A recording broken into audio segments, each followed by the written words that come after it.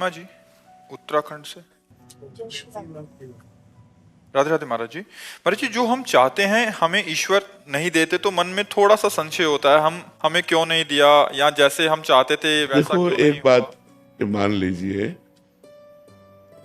ये हमारे ईश्वर की दुकान है। क्या दुकान में आप जाकर बोलो ये वस्तु हमें दे दो, वो आपको दे देगा? दुकान में वस्तु लेने के दो अधिकार चाहिए। पहला अधिकार अर्थ का, आपके पास रुपया होना चाहिए तो आप दुकान से वस्तु ले सकते हैं, या आप घर वाले होने चाहिए। घर वाले होने चाहिए तो घर वाले हैं तो आप गए, बोले भैया वो जरूरत है, जरा हमारे वो सामान देना, तो वो बिना तौल के उतने अपने जितने दे देगा। पैसे से मतलब नहीं। क्यों? क्योंकि घर वाला है। आप दो में से कौन हो? ना आप हरि के घर वाले बने और ना आपके पास तपस्या रूपी धन है, तो आपकी कामना कैसे पूर्ति हो जाए? आप बोलिए, कैसे पूर्ति हो जाए? मेरे ईश्वर की दुकान में है सबका जीवन खाता। अब आप बोलिए कैसे आपकी कामनाएं पूर्ण हो? आप अनुष्ठान कीजिए, आप तपस्या कीजिए, आप भजन कीजिए और मांगिए, देखिए पूर्ण होती है कि नहीं होती। न तपस्या है, न भजन है, न साधना है, और न हरि को अपना मानते हो, तो फिर किस अधिकार से तुम्हें भगवान दे दे? क्यों दे दे तुम्हें? तुम ही प्यारे हो क्या? पूरा जगत उनका बच्चा है, जड़ चैतन्य सब उनका बच्चा है। तुम तो मांगना जानते हो, लेकिन पशु पक्षी कितनी योनियां जो बेचारे मांगना नहीं जानते, वो हरि उनकी पूर्ति करते हैं कि नहीं करते? कौन सा? आप देखो पशु पक्षियों को देखो, कितने स्वस्थ पुष्ट एकदम सुंदर दिखाई देंगे। हरि सबका पोषण करता है, उसका जब चराचर जगत बच्चा है। लेकिन अगर मांग तो मांग दो से ही पूर्ति होती, या तो तुम्हारे पास धन हो या तुम दुकान वाले के घर वाले हो। तो आप हरि को यदि अपना मान करके प्यार करते हो तो मांगना बनता है, या इतनी तपस्या हो, आपके पास अनुष्ठान हो, जप हो, तो जो मांगोगे वो मिल जाएगा। अब दोनों में से एक भी नहीं है। लोगों को मांगना भी नहीं आता। ठाकुर जी के पास जाते हैं, बोलते मैं एक भोग लगाऊंगा, हमारा काम कर दो। ठाकुर जी से मांगना भी नहीं आता। ठाकुर जी को ठाकुर जी मानो यार, प्रभु को प्रभु मानो, और अपना स्वामी मानो, अपना प्रीतम मानो, अपना यार मानो, तो अभी काम बनने लगे। आप क्या सोचते हो? आपके परिवार में कितने लोग हैं? परिवार में कितने लोग हैं? 13। 13। 13 तुझको अर्पण कर दो। क्या लागे मेरा, भी सारी बात बन जाए। वो ऐसे रीझता है। जैसे देखो, हमने एक बार उदाहरण में बताया था कि जैसे एक पिता मानो 4 बेटे हैं और 4 बेटों को एक एक सेव दिया, पिता ने ही दिया।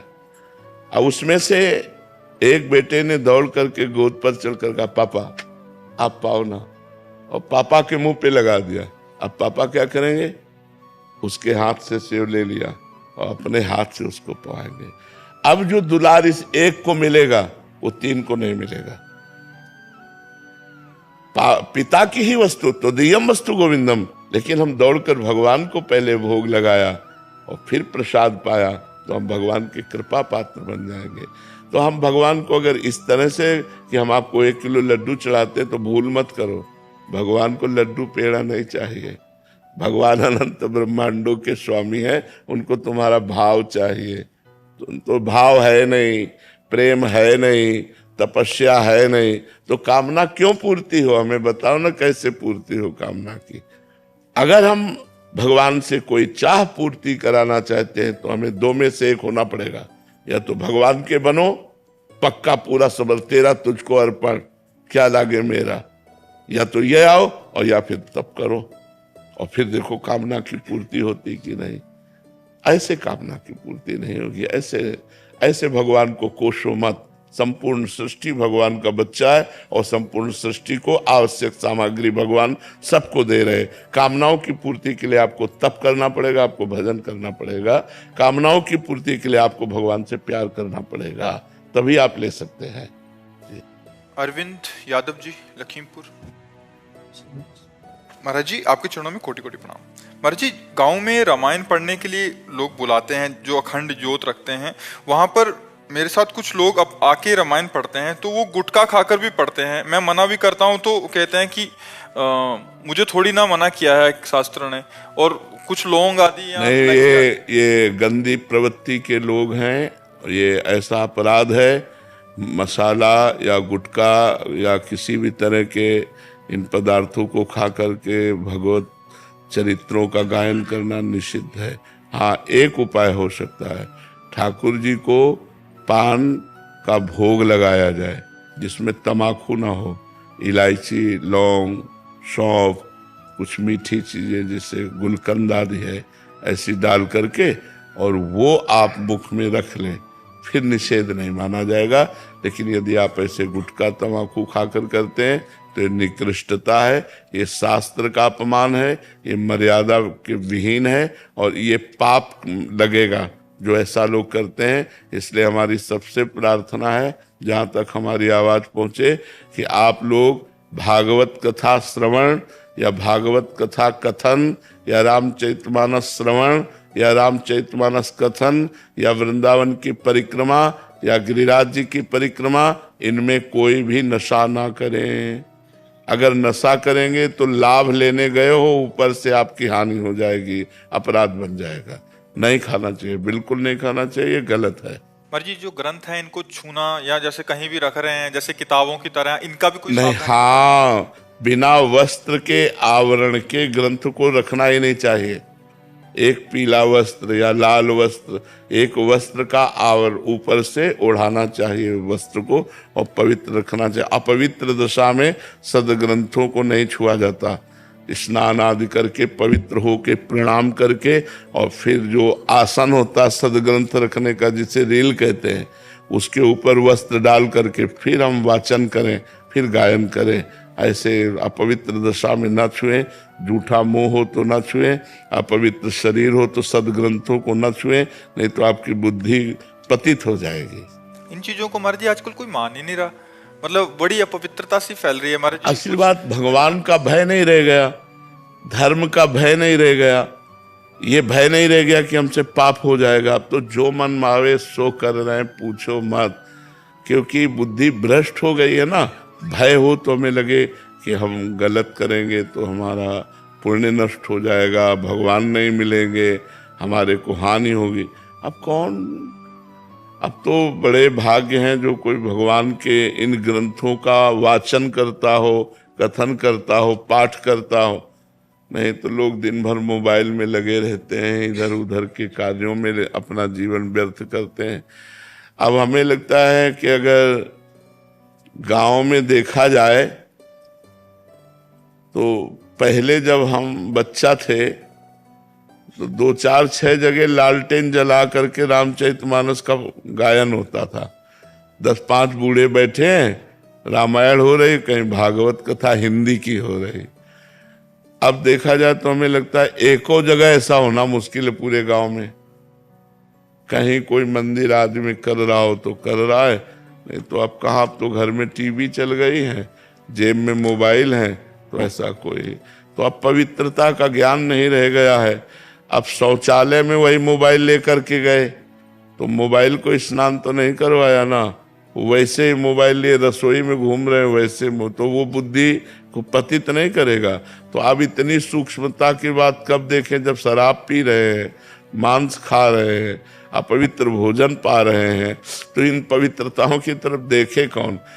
हमें तो अभी तक अनुमानतः बहुत कम ऐसे लोग मिल रहे हैं जो शराब नहीं पी रहे, मांस नहीं खा रहे, गलत आचरण नहीं कर रहे। अगर उनमें मिल भी रहे हैं तो बहुत सुधार पक्ष में हैं, सत्संग सुनकर तो वो मिल रहे हैं, और या जो बहुत अच्छे धर्म वाले गृहस्थ के यहाँ जन्मे वो मिल रहे हैं, नहीं तो प्राय नए बच्चे सब गंदे आचरणों में, गुटखा खाना, शराब पीना, बीड़ी सिगरेट पीना, ये सब गंदे आचरणों की तरफ बढ़ रहे हैं। जो धर्म से चलते थे वो लोग भी अपने आचरण बिगाड़ रहे हैं। कलयुग का बड़ा विचित्र प्रभाव चल, मतलब बहुत कम लोग होंगे जो नशा न करते हो, कोई नशा नहीं। बहुत कम लोग होंगे ऐसे जो कोई नशा ना करते हो। बहुत कम लोग होंगे ऐसे जिन्होंने जीवन में कभी शराब अपनी जिह्वा पे नहीं रखी। बहुत कम लोग होंगे जो पराई माता बहनों की तरफ गंदी दृष्टि न की हो या पराये पुरुष की तरफ गंदी दृष्टि न की हो। तो इन सब बातों को देखते हुए लग रहा है कि अगर हम सुधर जाए तो सुधर जाए, नहीं तो कलयुग का और प्रभाव बढ़ता चला जाएगा, वो हमको गिराता चला जाएगा, हम सब गिरते चले जाएंगे। और हम आज इसी को जीवन मान लिया है, अध्यात्म शून्य जीवन को जीवन मान लिया है। धर्म ग्रंथों के अनुसार चलना, संत वाणी के अनुसार चलना, परम पवित्र जीवन रखना, ये तो बहुत मतलब दुर्लभ चीज होती जा रही है। फिर भी सत्संग के प्रभाव से आज हमारा समाज बदल रहा है। आज हमारे समाज के नवयुवक जन बदल रहे हैं, उनके जीवन चरित्र अच्छे हो रहे हैं। ऐसा हमको यहीं बैठे बैठे सुनने को मिलता है जब हमारे सामने नवयुवक जन बोलते हैं हमने सब त्याग दिया और हम अच्छे मार्ग में चल रहे हैं, तो हमें बड़ा हृदय में शीतलता होती है, अच्छा लगता है कि हमारी समाज सुधर रही है। योगेंद्र उपाध्याय जी।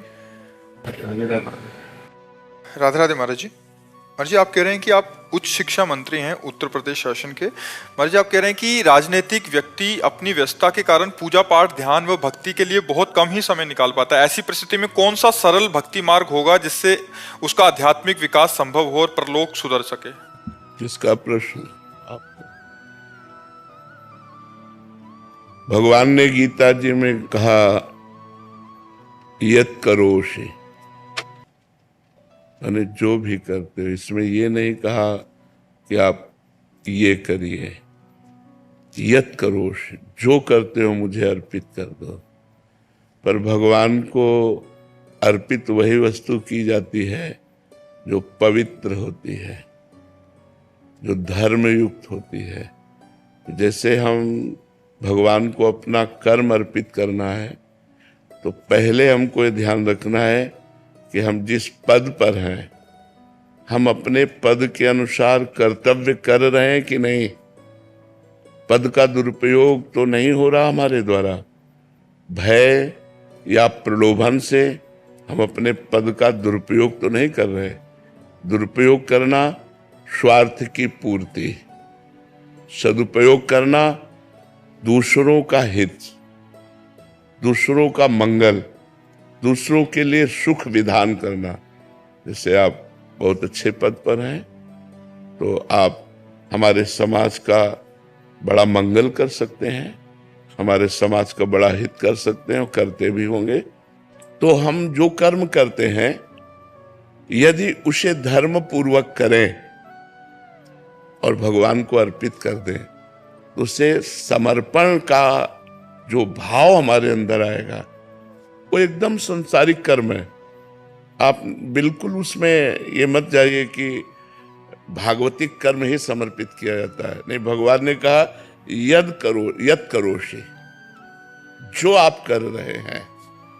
ये तो सर्वाणि कर्माणि मयि सन्न्यस्य मत्पराः अनन्ये नैव योगेन माम ध्यायन्तु उपासते।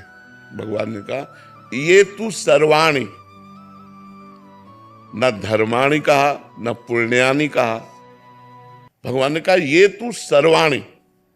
अब सर्वाणि में पाप कर्म नहीं आएंगे, क्योंकि कर्म शब्द तभी सार्थक होता है जब पाप रहित होता है। अगर वो उसमें पाप जुड़ जाता है तो कुकर्म हो जाता है। तो ये तू सर्वाणि कर्माणि, कुकर्म नहीं। अगर वो अधर्म युक्त हो गया तो पापाचरण अशुभ कर्म बन जाता है। तो हमारे द्वारा सावधानी ये रखनी है कि अधर्म न बनने पावे, पापाचरण न बनने पावे, किसी भी तरह का प्रलोभन हमारे माइंड को, हमारी बुद्धि को लुभायमान न कर पावे, हम अपने धर्म से विचलित न रहें। तो वो कर्म जब हम भगवान को समर्पित करते हैं तो भागवत धर्म बन जाता है, वो हमें भगवत प्राप्ति के योग्य बनाने लगता है। और कहीं कर्म करते हुए नाम जप हो तब तो फिर क्या कहना, फिर तो और विजय प्राप्त हो गई।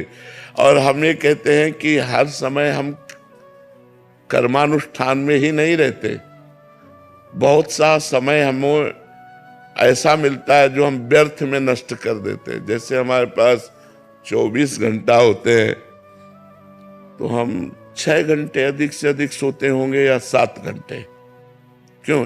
कम ही सो पाते हैं। कम ही सो पाते हैं कह रहे हैं। हाँ, कम ही सो पाते, बहुत अच्छी बात है। हम तो बिल्कुल आखिरी हद कहते हैं कि 6 घंटे या 7 घंटे बहुत सोने वाला होगा, नहीं तो 5 घंटे 4 घंटे जो जैसी साधना में युक्त है उतना। इसके बाद हमारे पास जो मानो हम 6 घंटे जोड़ लेते हैं, हमारे पास 18 घंटे बटे, 6 को 24, 4 विभाग करते हैं तो 18 घंटे बचे। 6 सोने में चले गए, 18 घंटे में हम 12 घंटे सेवा रख लें, 12 घंटे काम रख लें, बहुत बिजी कार्य 12 घंटे। हमें लगता है कोई मुश्किल ही 12 घंटे कार्य करता होगा बराबर अनवरत, नहीं तो थोड़ा काम किया फिर विश्राम, थोड़ा काम किया फिर विश्राम, ऐसे। तो जब हमें विश्राम की स्थिति मिली तब तो नाम जप कर सकते हैं। और हम 12 घंटे अगर लगातार सोच लेते हैं तो 12 और 6 18 घंटे हो गए। 18 घंटे के बाद हम 2 घंटे भोजन में रख लेते हैं, 2-3 टाइम जितना भी आप पाए, तो 19-20 घंटे हो गए। 20 घंटे के बाद हम 1 घंटा मनोरंजन रख लेते हैं। संसारिक आदमी अगर करना भी चाहे, पेपर पढ़ना है, समाचार देखना है या और भी जो भी करना है, इसके बाद 3 घंटे ऐसे बचते हैं जिनमें आप बिल्कुल भजन कर सकते हैं। आप उन 3 घंटे में बताओ क्या कर सकते हैं? हमने 12 घंटे आपको काम के लिए दिए, 6 घंटे सोने के लिए दिए, 2 घंटे भोजन के लिए दिए, 1 घंटे मनोरंजन के लिए दिए, तो 3 घंटों का प्रयोग आप बताओ कहां करोगे? अगर वो 3 घंटे भजन में लगा दिए जाए तो हम एक बहुत अच्छी साधना कर लेंगे, बीच बीच में नाम जप करते हुए। और 3 घंटे जो हमारे 24 घंटे में निकले उनको 3 विभाग में कर देते हैं। हम 1-1 घंटे 24 घंटे में समय निकाल कर भजन को देते, केवल भजन को देते, तो हमारे मनुष्य जीवन की जो सार्थकता है वो ठीक हो जाएगी। साधन धाम मोक्ष कर द्वारा जो हमारा मनुष्य जन्म साधना के लिए मिला है, मोक्ष के लिए मिला है, उसकी पूर्ति हो जाएगी। अब आप या कोई व्यापारी या कोई किसान या किसी भी डिपार्टमेंट का, तो 3 घंटे सबके पास बच सकते हैं। अगर हम 3 घंटे भजन में लगा दें तो हमारा जीवन सार्थक हो जाए। तो हमें चाहिए कि नाम जप करते हुए हमें कर्म करना चाहिए, तो आपका कर्म ही आपकी पूजा है। बस उसमें सावधानी इतनी कि अधर्म ना होने पावे, क्योंकि अधर्म हो गया तो फिर वो पूजा नहीं, वो पाप है। और अगर अधर्म नहीं हुआ और वो कर्म हम भगवान को समर्पित कर दिए तो वो पूजा ही हो जाएगी। जैसे गला काटना कभी पूजा नहीं होता, लेकिन अर्जुन जी को भगवान आदेश करते, इनका गला काटिए। माम स्मर युद्ध च, उठ खड़े हो, मेरा स्मरण करो। तो वो कर्म कितना भी भयावना क्यों ना हो, यदि वो धर्म पूर्वक है और भगवत समर्पित कर दिया जाए और नाम जप किया जाए तो उसी कर्म से हमें भगवत प्राप्ति हो जाएगी। रजनीश जी इंदौर से। श्री हरिवंश महाराज जी, भगवान मांसाहार और दूध कीड़ा जुआ खेलने को छोड़कर जितने भी महत् पापाचरण होते हैं मुझसे सभी हुए हैं शरणागति के पूर्व। कृपया दंड विधान करें या इनका प्रायश्चित या शमन कैसे करूं ताकि प्रारब्ध नाम जप कीजिए। किसका प्रश्न है? नाम जप कीजिए और ये नियम ले लीजिए कि अब लो नशा नहीं, अब ना नशे हो। आज तक जो हमसे हुआ वो हुआ, अब नहीं होगा। पक्का नियम ले लो और नाम जप करो, भगवान का यश श्रवण करो, भगवान की लीला कथा श्रवण करो, भगवत सेवा विराजमान कर लो ठाकुर जी की। अलग से कोई प्रायश्चित करने की जरूरत नहीं, सब इसी से भस्म हो जाएगा। पहला तो जो हृदय में जलन होती है उससे पाप क्षीण होते हैं, दूसरा जो हम प्रतिज्ञा ले लेते हैं उससे पाप क्षीण होते हैं, और तीसरा जब हम भगवान नाम जप कीर्तन करते हैं उससे सब पाप नष्ट हो जाते हैं। तभी तो भगवत प्राप्ति होती है। तो आपको उल्लास पूर्वक नाम जप करो और कोई कठिन प्रायश्चित करने की जरूरत नहीं है।